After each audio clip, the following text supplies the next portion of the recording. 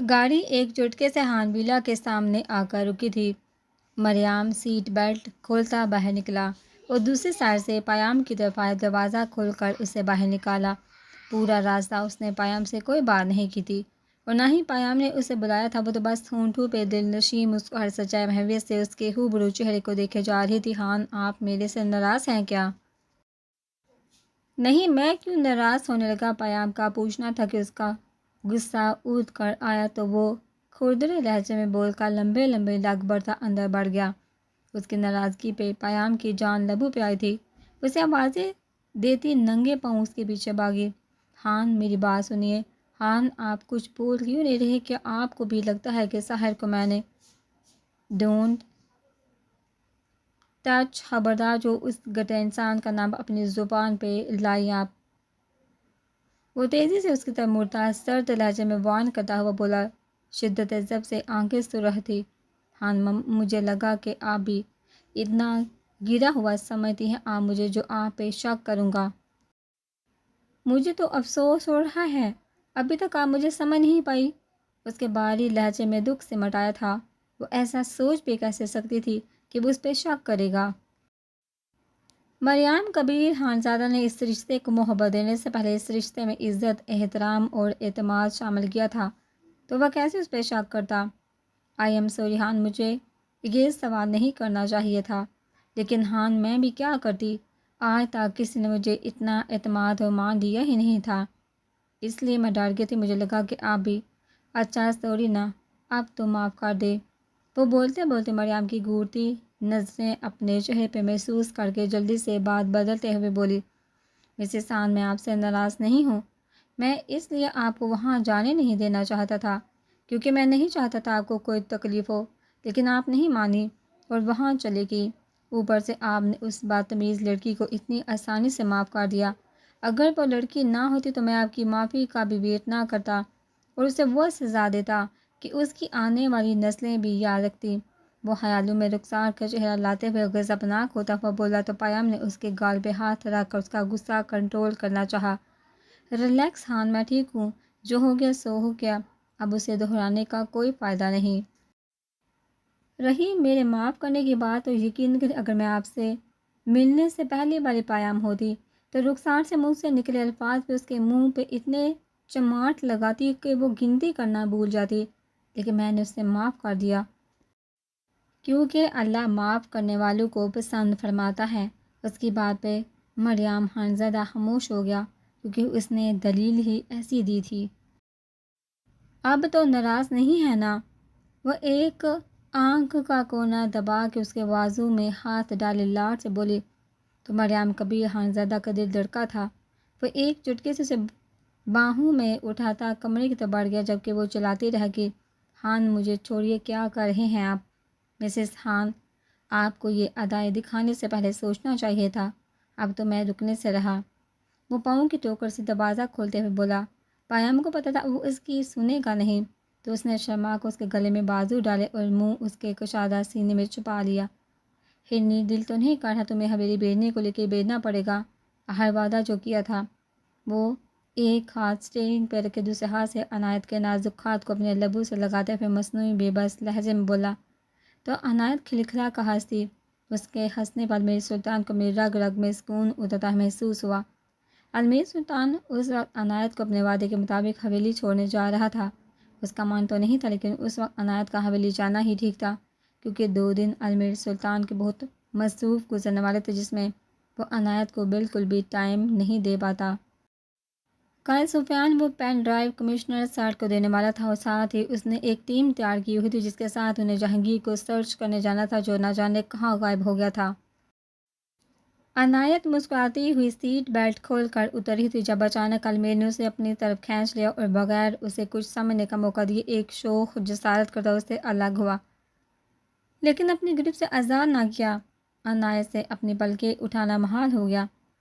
اتنے دن تک مجھ سے دور ہوگی تو کچھ تو وجہ چاہیے نا جو تمہیں میری یاد دلائے، جسے سوچ کر تنہائی میں بھی تمہارے چہرے پہ شرم کے لالی بکھر جائے۔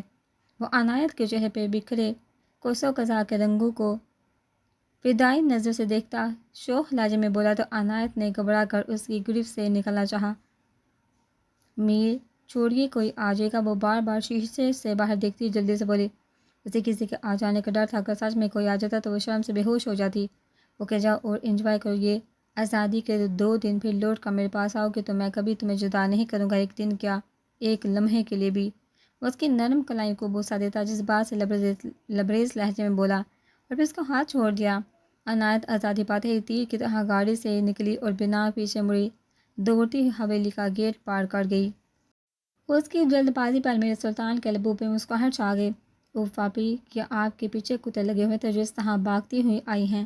عنایت فل اسپیڈ سے بھاگتی ہوئی اندر داخل ہوئی تھی اور حویلی کے دلان میں کھڑی لمبے لمبے سانس لے رہی تھی جب سامنے سے آتی آیت نے اس کی حالت دیکھ کر ٹونٹ کیا۔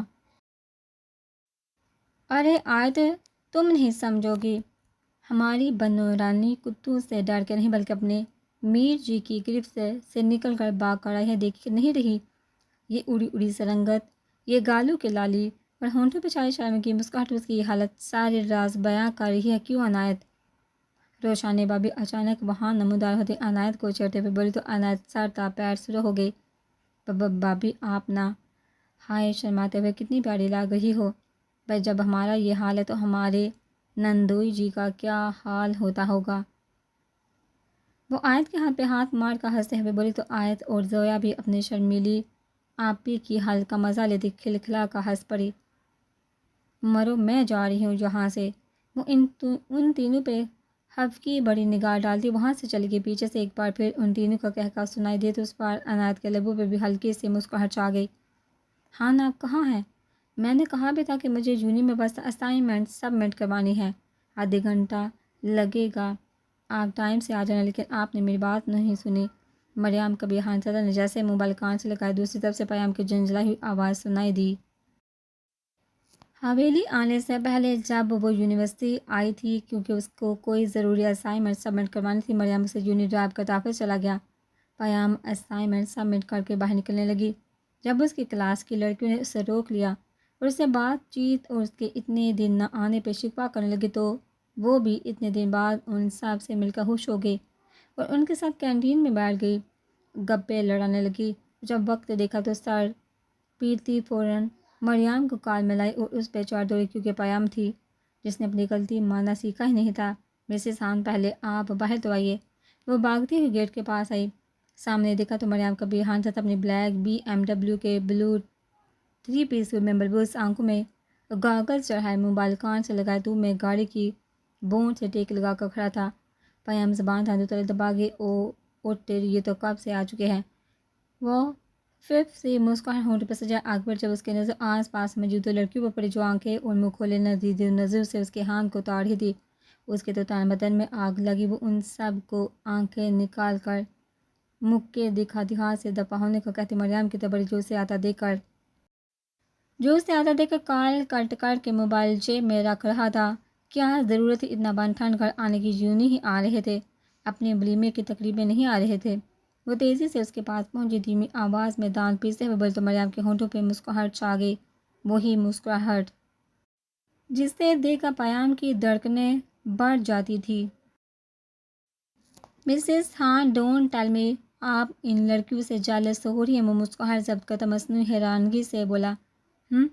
ان سے جلتی ہے میری جوتی، وہ ناک چڑھاتے ہوئے بولی، حالانکہ اس کے چہرے سے صاف پتہ چل رہا تھا کہ وہ جیلس ہو رہی ہے۔ مریم کو کافی کیوٹ لگ رہی تھی اس پل، وہ کتنے ہی لمحے اسے دیکھے گیا۔ اب گاڑی چلائیے، مجھے جلد سے جلد حویلی پہنچنا ہے۔ ارے بھائی، میری دیورانی آئی ہے، مجھے ان سے بھی تو ملنا ہے۔ وہ مریم کی نظروں سے پزل ہوتی جلدی سے بولی، مایوں مہندی اسپیشل، آج سفیان اور منت کی مایوں اور مہندی کا فنکشن تھا جو وقت کی کمی کی وجہ سے ایک ہی دن میں رکھا گیا تھا۔ وہ اس وقت گھر کے سبھی بڑے کبیر صاحب کے کمرے میں موجود تھے۔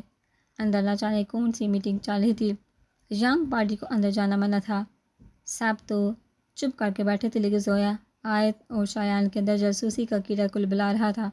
وہ دونوں اپنے ساتھ باقی سب کو بھی کمرے کے باہر کی سیٹ لائے تھے۔ ہایا پی، مجھے تو لگ رہا ہے کہ ضرور دال میں کچھ کالا ہے۔ زویا دروازے سے کان لگا کر بولی، زویا تمہیں سکون نہیں؟ اندر کچھ بھی ہو رہا ہو، تم کو اتنی پریشانی کیوں ہو رہی ہے؟ عنایت نے اسے ڈانٹتے ہوئے کہا۔ مجھے تو لگ رہا ہے پوری دال ہی کالی ہے، اندر ضرور کوئی کھچڑی پاکڑی ہے جسے ہمیں لائلے میں رکھا جا رہا ہے۔ یہ آیت کی رائے تھی۔ بھائی یوں دروازے سے لگ کر کھڑے رہنے سے کوئی فائدہ نہیں ہے، بعد میں پتہ چل ہی جانا ہے تو پھر اس مشقت کا کیا فائدہ؟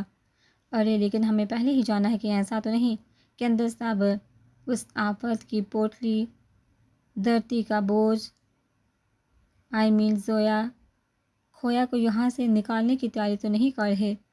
میرا مطلب ہے کہ کہیں سب زویا کی شادی کے بارے میں تو نہیں بات کر رہے؟ شایان دور کی کوڑ لایا تھا، جبکہ اس کی بات سن کر زویا لال پیلی ہوتی اپنے ہاتھوں کے ناخنوں کو دکھاتی اس پہ جپٹی۔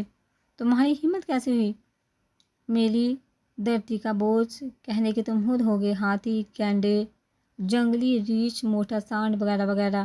اللہ کرے تمہاری شادی کسی موٹی بل بطوری سے ہو جائے، پھر تم ساری زندگی مجھے موٹی کہنے پہ افسوس کرنا۔ وہ بنا رکے ایک ہی سانس میں بولتی چلی گئی۔ اسے شایان کی ساری باتوں میں صرف اس بات پہ تاب چڑھی تھی کہ اس نے اس کو دھرتی کا بوجھ کہا تھا، مطلب اس کے صحت مند سراپے پہ چوٹ کر کے در پردہ اسے موٹی کہا تھا، جو کہ وہ بالکل بھی نہیں تھے۔ وہ بڑے بڑے جسم، ایک پرکشش لڑکی تھی، لیکن شایان اسے چھڑانے کی حد تک سا موٹی بول دیتا تھا جس پہ وہ چڑتی بھی جاتی تھی۔ ان دونوں کی نوک جھونک پیام و منت کافی انجوائے کر رہے تھے، جبکہ باقی سب کے لیے روز کا معمول تھا۔ اللہ اللہ مس کریلی کتنا کڑوا بولتی ہو، ایک بات بتاؤں، یہ لفظوں میں زہر کہاں سے لاتی ہو؟ کیا ناشتے میں سام فرائی کر کے کھاتی ہو؟ شایان جی میری جان۔ وہ زور سے چیخی، ہاتھ میں جوتے لی اس کے پیچھے لپکی، جبکہ شایان کہکا لگا تھا، ادھر ادھر اچھلتا اس کے مار سے بچنے کی کوشش کر رہا تھا۔ پیام اندر کی سن گن لینے کے لیے دروازے سے کان لگا کر کھڑی تھی، جب اچانک دروازہ کھلا، اس کا سر سیدھا آنے والے کے فولادی سینے سے ٹکرایا۔ وہ کرا کر رہ گئی، باقی سب مریم کو دیکھتے ادھر ادھر چپنے لگے۔ کیا کر رہی تھی آپ یہاں کھڑی ہو کر؟ وہ پیام کو اندر جھانکتا دیکھ کر سنجیدگی سے بولا۔ باتیں سن رہی تھی وہ نہایت ہی بولے پان سے بولے، صوفوں کے پیچھے چھپی عوام نے اپنا سر پیٹ لیا۔ او سو انوسینٹ۔ مریم کو اس کی ایمانداری پہ آشاش کر اٹھا۔ Thank you. وہ مریم کے طنز کو تعریف سمجھتی مسکراتی ہوئی بولی تو مریم کے انابی لبوں پہ مسکراہٹ ابھری، جسے اس نے مشکل سے ضبط کر لیا۔ اچھا ہاں یہ تو بتائیے، اندر یہ اچانک ہنگامی مجلس کیوں بٹھائی گئی تھی؟ کیا باتیں ہوئی اندر؟ وہ ایڑیاں اچک اچک کر اس کے اونچے شانے کے پیچھے تجسس سے جھانکنے کی کوشش کر رہی تھی۔ آپ کو کیوں جاننا ہے؟ ہاں بتائیے نا پلیز، اندر کیا کھچڑی پاک رہی تھی یہ جاننے کے لیے میرے پیٹ میں مروڑ اٹھ رہے ہیں۔ وہ بے صبری سے بولی، اوکے بتا دوں گا، لیکن آپ کو اس کے لیے کچھ لین دین کرنا ہوگا، مطلب میں آپ اندر کی خبریں دوں گا، بھلے میں آپ کو مجھے کچھ دینا ہوگا۔ بولیے منظور ہے؟ اس کی آنکھوں میں جھانکتے ہوئے آنچ دیتے لہجے میں بولا۔ ہاں آپ کتنے مین ہیں؟ وہ ایک چور نظر صوفے کے پیچھے ڈالتی بولے، جس کے پیچھے چپی عوام آنکھوں کی جوڑی سے اپنے خڑوس بھائی کو رومانٹک موڈ میں آتا دیکھ حیرت سے منہ کھولے دیکھ رہے تھے۔ ہاں مجھے آپ سے کچھ نہیں جانا، اب یہاں سے تشریف لے جائیے۔ وہ جلدی سے اسے آگے کی طرف دھکیلتی ہوئی بولی۔ وہ مریم کی مانی ہی اس باتوں پہ ان سب کی موجودگی میں خواہ مخواہ شرمندگی محسوس کرتی تھی، جب اس کے ہاں صاحب کے اندر تو لگ رہا تھا کہ آج عمران ہاشمی کی روح آ گئی ہے۔ اس کے چہرے کی اڑی رنگت دیکھ کر مریم نے زبردست کہکا لگایا۔ وہ تو بس اسے چھیڑ رہا تھا، ہنستے ہوئے اس کی نظر اچانک صوفے کے پیچھے نظر آتے ہاتھوں پہ پڑی۔ اسے سمجھتے دیر نہ لگی کہ وہاں کون ہے۔ اس کے چہرے پہ تاثرات بلے ان سب کو گوتا وہاں سے چلا گیا۔ اب نکل آؤ، سب باہر چلے گئے ہیں۔ اس کی آواز سنتے ہی سب دانت نکالتے باہر آ گئے۔ ہائے بھابھی، آپ نے کیا جادو کیا ہمارے سریل بھائی پہ؟ وہ خڑوس سے ایک دم سویٹ ہو گئے ہیں۔ وہ سب اس سے آ کر چمٹ گئے تو وہ ان سب کے اٹیک پہ ایک دم سے بوکھلا گئی۔ ہائے جیٹھانی جی، تھوڑی بہت جادو ہمیں بھی سکھا دی تاکہ میں بھی اپنے اکرو اے سی پی صاحب کو قابو کر سکوں۔ منت مسکین صورت بنا کر پیام سے بولی تو پیام نے غور سے دیکھا۔ آپ سب کو میں کوئی جادوگرنی لگتی ہوں کیا؟ ارے جادوگرنی نہیں تو اس سے کم بھی نہیں۔ آہر تبھی تو مریم کبیر خانزادہ جیسا اکھڑ مزاج بندہ اپنے قابو کر لیا۔ وہ سب آ کر لانچ میں پیام کو گھیرے ہوئے تھے، جب پیچھے سے روشان نے بھابھی کی شرارت سے بڑی آواز سنائی تھی۔ بھابھی جلدی بتائیے اندر کیا باتیں ہوئی؟ شایان جلدی سے ان کی طرف آتا ہوا بولا تو انہوں نے آنکھیں دکھائی۔ او میرے بولے دیور جی، جیسے کہ تمہیں پتہ ہی نہیں کہ اندر کیا باتیں ہو رہی تھی۔ آخر تمہارے ہی شوشے پہ یہ ہنگامہ میٹنگ بٹھائی گئی تھی۔ وہ شایان کے کان میں روڑتے ہوئے بولے تو باقی سب کے کان کھڑے ہو کے کیا مطلب؟ اس میزنے کو سب پتا تھا اور ہم ایم ہی مری جاری سے سچ جانے کے لیے، اور یہ منحوس سب جان کر بھی انجان بنتا ہماری حالت سے مزے لے رہا تھا۔ آیت کو صحیح معنی میں تب چڑھی تھی جبکہ زویا کا تو دل کر رہا تھا اس کا منہ نوچ لے۔ میسنا نہ ہو تو مرزا ہاؤس میں جہاں آج کل شادی کی چہل پہل تھی اور کہہ کے گونجے تھے، آج وہاں موت کا سناٹا چھایا ہوا تھا۔ مریم اور پیام کے جانے کے بعد صاحب رخسار سے نکاح کرنے سے منع کرتا گھر سے نکل گیا تھا، اور رات سے صبح اور صبح سے دوپہر ہو گئی تھی لیکن وہ ابھی تک نہیں آیا تھا۔ نہ ہی اس کا فون لگ رہا تھا۔ رخسار نے الگ رونا دھونا مچایا ہوا تھا، وہ بار بار پیام کو ہی مورد الزام ٹھہرا رہی تھی، اسی کی وجہ سے سب کچھ ہوا۔ بھابھی یہ سب آپ کی بیٹی کی وجہ سے ہوا، اسی کی وجہ سے میرا بیٹا گھر چھوڑ کر نہ جانے کہاں چلا گیا اور ابھی تک واپس نہیں۔ اگر اسے کچھ ہوا نا تو میں آپ کو کبھی معاف نہیں کروں گی، یاد رکھنا۔ رانیہ بیگم بہتی آنکھوں کو صاف کرتی نمرا بیگم سے بولی، رانیہ تمہارا بیٹا ہو تو اپنی مرضی سے اس گھر سے نہ جانے کہاں چلا گیا، تو اس میں میری بیٹی کی کیا غلطی؟ ارے غلطی تو آپ سب کی ہے، کسی نے میری بیٹی کو اپنے مفاد کے لیے استعمال کرنا چاہا تو کسی نے اسے اپنی بے جان نفرت کا نشانہ بنایا۔ رانیہ احتشام، اگر تم لوگوں کو مرتضیٰ کی پراپرٹی چاہیے تھی تو مانگ لیتے، میں اس کے صدقے میں سب دے دیتی، لیکن تم لوگوں کو میری بیٹی کے جذبات کے ساتھ کھلواڑ کرنے کی کیا ضرورت تھی؟ ارے تم لوگوں کی روح نہ کانپے میری معصوم بچی کے ساتھ اتنا گنونا کھیل کھیلنے کی؟ ان سب کے بے بنیاد الزام پہ انہیں بے تحاشا غصہ تھا جسے کنٹرول کرنے کی کوشش نہیں کی۔ ارے ایسے کیسے غلطی نہیں ہے؟ زیادہ اپنی بیٹی کی مظلومیت کے گن گانا بند کرو، سب کچھ تمہاری بیٹی کی وجہ سے ہوا ہے۔ تمہاری بیٹی کی وجہ سے ساحل نے رخسار سے نکاح کرنے سے انکار کر دیا اور اسی کی وجہ سے اب گھر سے نہ جانے کہاں چلا گیا۔ مجھے تو اس لمحے پچھتاوا ہو رہا ہے جب میں تم ماں بیٹی کو اس گھر میں لایا تھا۔ ہاور مرزا سامنے میز پر رکھا پانی کا گلاس زمین پہ پھینکتے ہوئے چیخ کر بولے۔ ایک پل کے لیے سب ڈر گئے سوائے نمرا بیگم کے، جن کی آنکھوں میں آج کسی طرح کا ڈر نہیں تھا۔ آج وہ ہر ڈر ہر خدشے سے آزاد نظر کھڑی تھی کیونکہ ان کی کمزوری ان کی بیٹی اب مضبوط ہاتھوں میں تھی جہاں اسے کسی قسم کا خطرہ نہیں تھا۔ چلائیے مت ہاور صاحب، یہ جو کچھ بھی آپ کی لاڈلی بیٹی کے ساتھ ہوا اس کو کرم کا پھل کہتے ہیں، جیسے کرنی ویسی بنی۔ یہ محاورہ تو سنا ہوگا آپ لوگوں نے۔ آج رخسار کی جو حالت اس کی خود کی وجہ سے ہے، اس پیام کا کوئی عمل دخل نہیں۔ جو لوگوں کی زندگیوں میں کانٹے بوتے ہیں نا ہاور، ان کی زندگیوں میں پھولوں کی سوغات کبھی نہیں آتی۔ رخسار نے پیام کی راہوں میں کانٹے بچھائے۔ زبان سنبھال کر بات کرو نمرا، ورنہ کیا ہاور، جائیے جو کرنا ہے کر لے۔ اب میں نہیں ڈرنے والی، بہت دے لی آپ نے دھمکیاں، کیا کر لیں گے آپ؟ وہی جس کی دھمکی سالوں سے دیتے آ رہے ہیں، یہی نا کہ مجھے چھوڑ دیں گے تو چھوڑ دینا۔ اللہ کی زمین بہت بڑی ہے ہاور، میں رہ لوں گی لیکن اب آپ کا بے جان ظلم برداشت نہیں کروں گی۔ نمرا بیگم کا نڈر انداز ہاور مرزا کو شاٹ کر گیا۔ وہ ہکا بکا سے اسے تکتے رہ گئے۔ اتنے سال گزر جانے کے بعد یہ پہلی مرتبہ تھا نمرا بیگم نے نہ صرف ان سے اونچی آواز میں بات کی تھی بلکہ ڈنگے کی چوٹ پہ کی تھی۔ اچانک احتشام مرزا کے موبائل کی رنگ ٹون بجی تھی جسے وہ بنا دیری کیے اٹھا گئے۔ دوسری طرف سے نہ جانے کہاں کیا کہا گیا تھا کہ موبائل ان کے ہاتھ سے چھوٹ کر زمین پر گرا اور وہ لڑکھڑا کر 2 قدم پیچھے ہوئے۔ احتشام، کیا ہوا؟ کس کی کال تھی؟ طاہر ہاسپٹل میں ہے کیا مطلب؟ اس میزنے کو سب پتا تھا اور ہم ایم ہی مری جاری سے سچ جانے کے لیے، اور یہ منحوس سب جان بوجھ کر انجان بنتا ہماری حالت سے مزے لے رہا تھا۔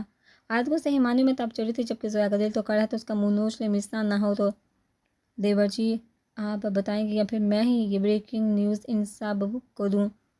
خیر چھوڑو، میں ہی بتا دیتی ہوں۔ تو بات یہ جو اپنے شاہین صاحب ہیں، انہیں بھی شادی کا لڈو کھانے کا دل کر رہا تھا، تو ان صاحب نے جا کر بڑوں تک یہ بات پہنچائی کہ جلد سے جلد ان کی بھی شادی کرنی چاہیے، ورنہ یہ حویلی چھوڑ کر دیوداس بن کر پہاڑوں میں چلے جائیں گے۔ ورڈ ان سب کی منہ حیرت سے کھلے رہ گئے۔ ارے بھائی، ابھی اس سے بھی جھٹکا تو باقی کے معمولی لوگ شایان کی بات مان گئے اور بڑوں کے بیچ طے ہوا کہ ابھی فی الحال شایان کا نکاح کر دیتے ہیں۔ رخصتی وغیرہ اسٹڈی کمپلیٹ ہونے کے بعد ہوگی۔ روشانی بھابی نے سب کچھ تفصیل سے بتاتے ہوئے خاتون صاحب نے کھا جانے والی نظر سے اس میسنے کو گھورا جو 16ویں صدی کی ہیروئن کی شرمانے کی ناکام ایکٹنگ کوشش کر رہا تھا۔ وہ سب تو ٹھیک ہے لیکن اس میسنے سے شادی کر کے کون بیوقوف عقل کی اندھی لڑکی اپنی قسمت پھوڑنا چاہے گی؟ زویا سر سے پاؤں تک شایان کو گھورتی ہوئی بولی، میری لاڈو رانی تم ہی ہو وہ بیوقوف عقل عقل کی اندھی لڑکی جس کی قسمت آج رات شان کے ساتھ پھوٹنے والی ہے۔ روشانی بھابھی زویا کے سر پہ دھماکہ کیا تھا جسے سن کر سب شاک تو ہوئے، لیکن زویا کے چہرے کا رنگ اڑ گیا اور آنکھوں کی پتلیاں ساکت ہو گئی۔ کہہ دے بھابھی یہ مذاق ہے ورنہ میں یہ برداشت نہیں کر پاؤں گی، وہ ہوش کا گلا تار کرتی بیٹھی آواز میں بولی۔ ارے زویا میں نے تو سنا ہے کہ تمہیں شادی کا بڑا شوق ہے، اب جب کہ ہو رہی ہے تو کیا پرابلم ہے بھائی؟ منت اس کی حالت سے لطف اندوز ہوتی ہوئی بولی۔ پرابلم ہی پرابلم ہے بھابھی میں نے شادی کے ایک شاندار سا بندہ چاہا تھا۔ یہ لنگور نے وہ شایان کو کڑے تیور سے گھٹی لفظ چبا چبا کر بولی تو سب کی ہنسی چھوٹ کے، جبکہ شایان بیچارہ خود کو لنگور کہے جانے پہ دانت پیس کر رہ گیا۔ اس وقت زویا کو کوئی کرارا جواب بھی نہیں دے سکتا تھا، ورنہ بگڑی شیرنی شادی کے لیے کبھی نہ مانتی۔ ارے چندا تم اس لنگور کو اگنور کر کے مستقبل کے فائدے بھی تو دیکھو اگر تمہاری شادی شایان سے ہو جاتی ہے تو تم مستقل طور پر حویلی میں اپنے ماں باپ کے ساتھ ہوگے، اوپر سے شایان بھی تمہاری مٹھی میں رہے گا۔ اگر اس نے تمہیں ذرا بھی ستانے کی کوشش کی تو تم اپنے بھائیوں سے شکایت کر کے اس کے سارے قسط پال بل نکلوا سکتی ہو، اور بھی بہت سے فائدے ہیں، تم سوچو تو صحیح۔ پیام کی باتیں سن کر وہ سوچ میں پڑ گئی۔ زویا سوچ کیا رہی ہو پہلی فرصت میں؟ ہاں کر دو یار، سب اسے فورس کر رہے تھے۔ زویا پلیز مان جاؤ، میں قسم کھاتا ہوں اب سے میں تمہیں تنگ نہیں کروں گا، تم جو بولو گی وہ میں سب کروں گا۔ عرض کیا ہے تھوڑے سے نوڈل تھوڑا سا پاستا، دل میں جگہ دے دو تینوں خدا دا واسطہ۔ شایان اس کے آگے گھٹنوں کے بل بیٹھا مسکین صورت بنائے بولا تو سب کے ساتھ ساتھ زویا کی بھی ہنسی چھوٹ گئی۔ یاہو لڑکی ہنسی مطلب ہنسی۔ اور لنگور زیادہ خوش ہونے کی ضرورت نہیں، میری کچھ شرائط اگر تم پوری کرنے کا پرامس کرو تو میں تمہارے پرپوزل کے بارے میں سوچوں گی۔ وہ اٹھلائی ہوئی بولی مجھے تمہاری ہر شرط منظور ہے۔ وہ اتابلے پان سے بولا تو ٹھیک ہے، اگر تم وعدہ کرتے ہو کہ نکاح کے بعد تم مجھے ہر روز چاکلیٹ، آئس کریم، چپس اور ڈھیر ساری کینڈیز لا کر دو گے اور مجھے میرے فیورٹ رائٹرز کے ناول خرید کر دو گے تو میری طرف سے ہاں ہے۔ تو اب بولو کیا تمہیں منظور ہے؟ جی مجھے آپ کی ہر شرط دل و جان سے قبول ہے، وہ ایک خاص سینے پر رکھے سر کو ہلکا سا ہم دیتی خوشی سے سرشار لہجے میں بولا۔ چلو جی ان کی بھی نیا پار لگی، اب ذرا میں شام کے فنکشن کی تیاریاں دیکھوں، اور دلہن صاحبہ آپ جا کر اپنے روم میں جائیے، آج سفیان کی نظر آپ پہ نہیں پڑنی چاہیے، اور تم سب ادھر سے چلو اور کام پہ لگو۔ ان کے ہڑبڑانے پہ وہ سب منت کو لیتی اسے تیار کرنے چل دی۔ ہاور مرزا، رخسار، نمرہ بیگم، احتشام اور ان کی بیوی یہ سب بتائے کے پتے پہ ہاسپٹل پہنچے، جہاں طاہر اس وقت بٹری میں جگڑا ٹوٹی پوٹی حال میں ہسپتال کے بیڈ پہ موجود تھا۔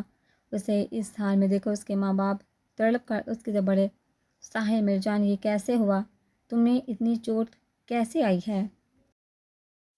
اپنی ماں کی تڑپتی آواز پہ بے سود بڑے طاہر نے بامشکل آنکھیں کھول کر ان کی طرف دیکھا جہاں سبھی کھڑے تشویش سے اسے دیکھ رہے تھے۔ میں کچھ نہیں جانتا مام، میں تو رات گھر سے نکلنے کے بعد اپنے دوست کے فلیٹ میں جا رہا تھا جب اچانک کچھ لڑکوں نے میری بائک رکوائی اور زبردستی میری آنکھوں پہ پٹی باندھی مجھے کھینچتے ہوئے سنسان جگہ لے گئے اور بنا میری کچھ سنے مجھے مارنا شروع کر دیا۔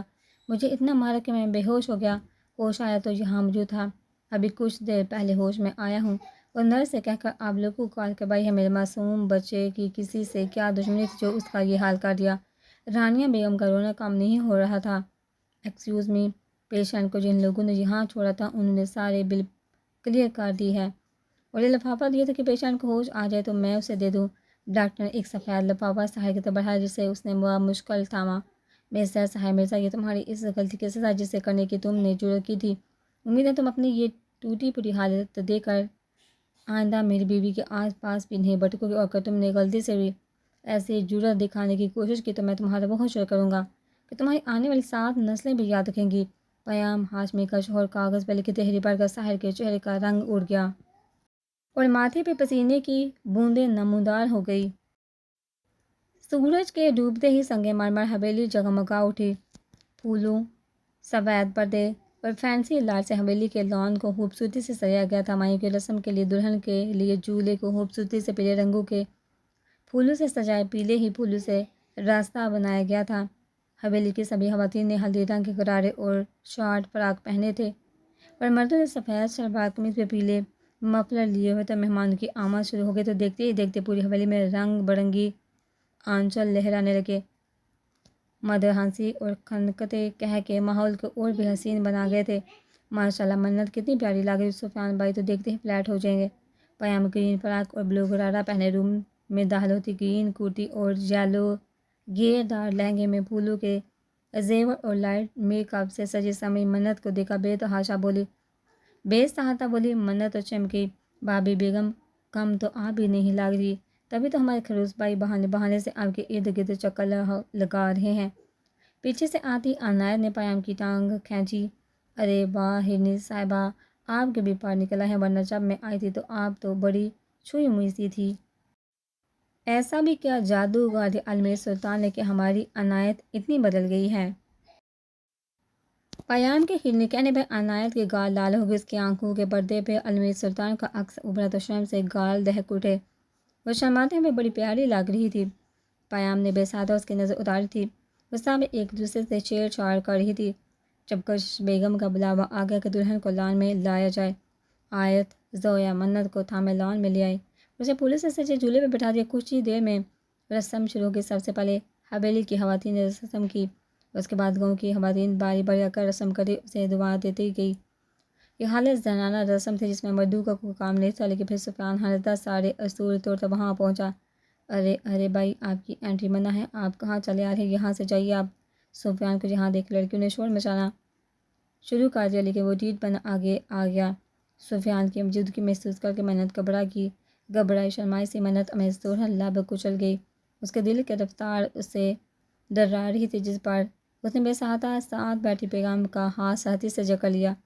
جب سے سفیان نے منت سے گاڑی میں سخت لہجے میں بات کی تھی، اس کی نم آنکھیں دیکھ کر اس کو گلٹی فیل ہو رہا تھا۔ وہ ایک بار اس سے بات کر کے اسے معافی مانگنا چاہتا تھا، لیکن موقع نہیں مل رہا تھا۔ اور منت تب سے لے کر اب تک اسے اگنور کر رہی تھی، مطلب صاف تھا کہ وہ اس سے بات نہیں کرنا چاہتی، اس لیے وہ یہاں آ گیا۔ بھائی، آپ بابی سے نہیں مل سکتے؟ ساری لڑکیاں منت کے آگے دیوار کی طرح کھڑی ہوگی۔ کیوں نہیں مل سکتا؟ کیونکہ اب بابی کو ڈائریکٹ کل ہی ملیں گے، آج نہیں۔ میری بیوی ہے، میں تو ملوں گا، چلو ہٹو سامنے سے۔ شاباش، وہ انہیں آگے سے ہٹاتا وہ بولا، بھائی آپ ایسا نہیں کر سکتے، وہ جی ہی۔ سفیان منت کے کھڑی دیوار کو ہٹاتا جلدی سے اس کی کلائی پکڑ بنا کسی کو دیکھے کچھ سمجھنے کا موقع دیے اسے اندر بڑھ کے سب حیرت سے مختلف سمجھنے کی کوشش کر رہی تھی، اور جب ہوش آئے تو بہت دیر ہو چکی تھی۔ یہ کیا تھا بھائی؟ منت اپنے اتر پتی ہوتی سانسوں کو سنبھالتی اس کے ساتھ کھینتی چلی گئی۔ سفیان اسے لیے سیدھا اپنے روم میں آیا، اس کا ہاتھ ٹوٹا کہ نظر اس کے سجے سامنے روپ پہ ڈالی تو نگاہیں پلٹنا بھول گیا۔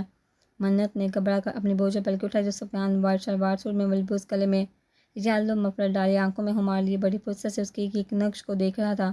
اس کی آنکھوں کی تپش محسوس کر کے منت دگ سے رہ گئی۔ وہ دھڑکنوں نے شور مچانا شروع کر دیا۔ اب مجھے یہاں کیوں لے کر آئے ہیں؟ کمرے کے خوابناک ماحول میں منت کی کانپتی آواز نے توڑا تو سفیان ہوش میں، مجھے تم سے بات کرنی ہے، اور وہ باہر نہیں ہو سکتی تھی، اس لیے یہاں لے آیا۔ لیکن منت، میں تمہیں کوئی ایسی ویسی لڑکی نہیں سمجھتا، وہ تو بس منہ سے نکل گیا، پلیز اس کے لیے مجھے معاف کر دو، آئندہ تمہیں شکایت کا موقع نہیں دوں گا، ٹرسٹ می۔ وہ منت کی کلائی کو پکڑے مضبوط لہجے میں بولا۔ آپ کو یہی کہنا تھا؟ وہ گھبرائی ہوئی آواز میں بولی۔ کہنا تو بہت کچھ ہے، لیکن میرے پاس ٹائم نہیں، کل تفصیلی بات کروں گا۔ ابھی مجھے وہ پین ڈرائیو کمشنر صاحب کو دینے جانا ہے، اور ساتھ ہی جہانگیر کو پکڑنے جانا ہے، جس کی موجودگی کے بارے میں ابھی پتہ چلا ہے۔ ہو سکتا ہے آج ساری پولیس اسٹیشن میں ہی ہو سکتا ہے آج رات پولیس اسٹیشن میں ہی ہوں، کیونکہ پین ڈرائیو کے اوپن ہوتے بہت سے راز سے پردہ اٹھے گا اور بہت سی گرفتاریاں بھی ہوں گی۔ اچھا میں چلتا ہوں۔ جلدی سے باہر کی طرف بڑھا، پہچانا کہ واپس منت کی طرف آیا جو کمرے کے بیچوں بیچ کھڑی اسے دیکھ رہی تھی۔ اس نے جھک کر اس کی افشاں سی سجی مانگ پہ نرمی سے بوسہ دیا، اپنا خیال رکھنا۔ آپ بھی پیچھے سے منت کی دھیمی آواز سنائی دی تو وہ مسکرایا۔ سفیان خانزادہ منت سے مل کر باہر آیا تو علمیر سلطان کبیر شہیر اور شاہزادہ سے مل رہا تھا۔ ڈیٹ انسان اب آ رہا ہے، جب میں نے کہا کہ سب کو بتا دیتے ہیں کہ یہ دشمنی ایک ناٹک تھی، تب تو نہیں مانا، اور اب دیکھو کیسے مسکرا کر باتیں کر رہے۔ سفیان علمیر کو گھورتا ہوا اس کے پاس آیا، اسے خفیف سا اشارہ کرتا پارکنگ ایریا کی طرف بڑھ گیا۔ اس کے اشارے کو سمجھتا علمیر سلطان بھی ان سے معذرت کرتا اسی جانب چل دیا۔ کچھ دوری پہ کھڑے مریم نے ان دونوں کے بیچ ہوئے اشارے کو دیکھا، اور اب ان دونوں کی پشت کو دیکھتا کسی گہری سوچ میں گم تھا۔ پین ڈرائیو میں موجود ڈیوائس کا منظر عام پہ آنا تھا کہ ملک میں تہلکہ مچ گیا۔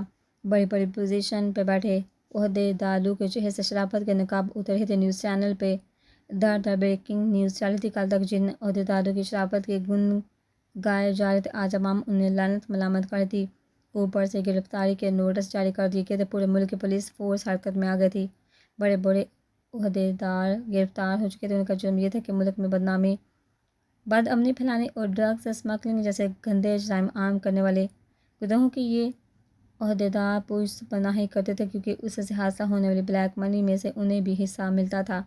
ایک ایک کر کے سب پکڑ میں آ گئے تھے، لیکن راہیل درانی اور جہانگیر ابھی تک پولیس کے پکڑ سے دور تھے۔